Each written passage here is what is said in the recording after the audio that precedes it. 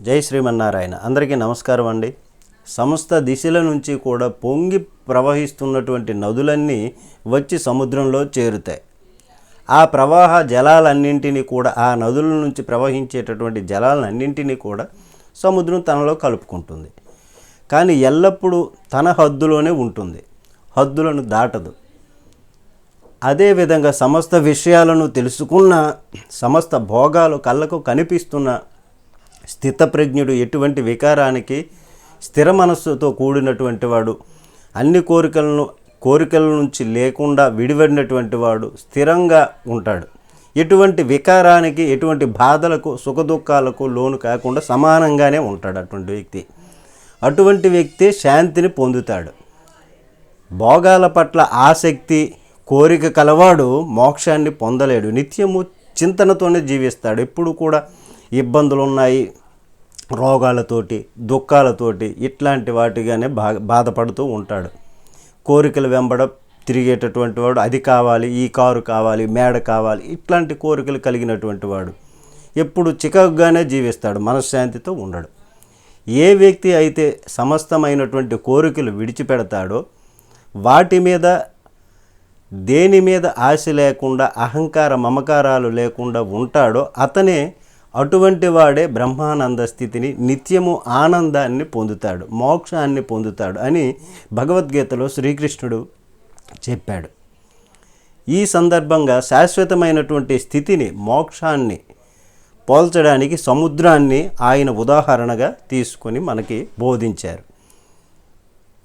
దీని ద్వారా మనకు అనేక విషయాలను బోధించారు, స్పష్టం చేశారు. మొదటిది, ఇంద్రియాల ద్వారా నిరంతరము కోరికలు, ప్రేరణలు, ప్రలోభాలు తనలో ప్రవేశించిన గంభీరమైనటువంటి సముద్రంలాగా శాశ్వతమైన స్థితిని పొందిన వ్యక్తి స్థిరంగా ఉంటాడు. అన్ని రకాల కోరికలు, ప్రలోభాలు ఇవన్నీ మన మనస్సును ఆక్రమిస్తాయి.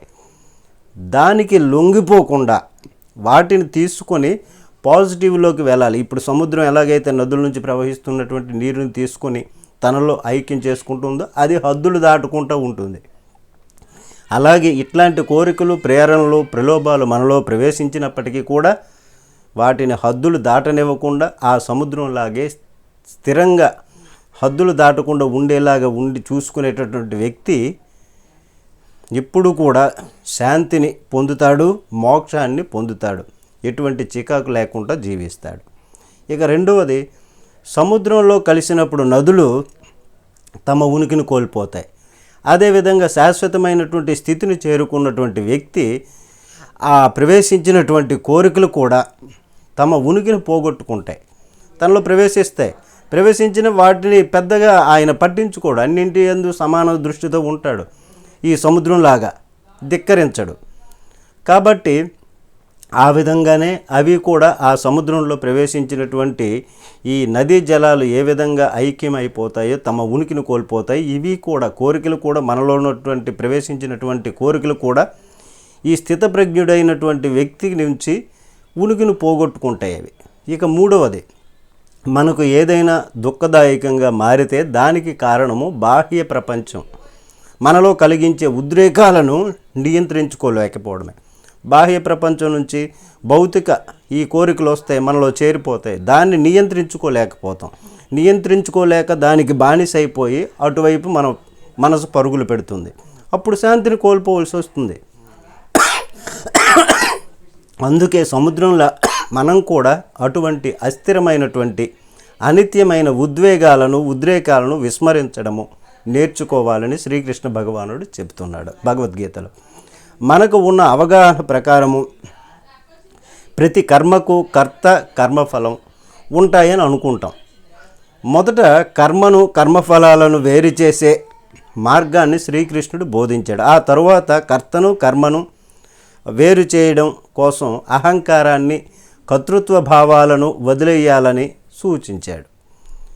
ఈ శాశ్వతమైనటువంటి శాంతి స్థితిని చేరుకున్నాక తిరిగి వెనక్కు వచ్చే ప్రశ్నే ఉండదు. ఇట్లాగా ఎప్పుడైతే ఏ వ్యక్తి అయినా కానీ ఈ శాశ్వతమైనటువంటి స్థితిని చేరుకున్నాడో, అట్లాంటి వాడికి ఈ కోరికలు, ఈ మనోభావాలు, ఈ ప్రేరణలు ఇవేవి కూడా ఏమి చేయవు. కాబట్టి ఆయనలో అటువంటి వాటికి మరలా తిరిగి లోనయ్యేటటువంటి ప్రసక్తే ఉండదు. అప్పుడు ఏ కర్మ అయినా కానీ ఈ బ్రహ్మాండంలోని కోటానుకోట్ల చర్యలలో ఒకటిగా మిగిలిపోతుంది. కురుక్షేత్ర సంగ్రామంలో అర్జునుడు విషాదంలో మునిగిపోయినప్పుడు అర్జున విషాదయాగంగా ఆ విషాదాన్ని సానుకూలంగా ఉపయోగించినప్పుడు దానికి మోక్షాన్ని అందించే సామర్థ్యం ఉంటుందని భగవద్గీతలోని కృష్ణ భగవానుడు చెప్పాడు. ఇక 2వ అధ్యాయంలోని సాంఖ్యయాగంలో అర్జునునికి బోధించాడు అట్లాంటి ఉపయోగాలను. కాబట్టి స్థితప్రజ్ఞుడు ఇలా ఉంటాడు, స్థితప్రజ్ఞుడు కానివాడు ఎలా ఉంటాడు అన్నటువంటిది సముద్రాన్ని ఉదాహరణగా తీసుకొని, సముద్రం నదీ జలాలను ఏ విధంగా తనలోని చేర్చుకున్నా కానీ ఆ గంభీరంగానే ఉంది కానీ హద్దులు ఎప్పుడు మీరలేదు. అలాగే రకరకాలైనటువంటి కోరికలు మనలో చేరినా కానీ వాటికి మనం హద్దులో ఉండి ఈ సముద్రంలాగా ఉంటే మనం స్థిరంగా జీవించగలుగుతాము, మోక్షాన్ని పొందగలుగుతామని కృష్ణ భగవానుడు సముద్రాన్ని ఉదాహరణగా తీసుకొని చెప్పాడు. అందరము ఈ విధంగా ఆచరిద్దాము. జై శ్రీమన్నారాయణ.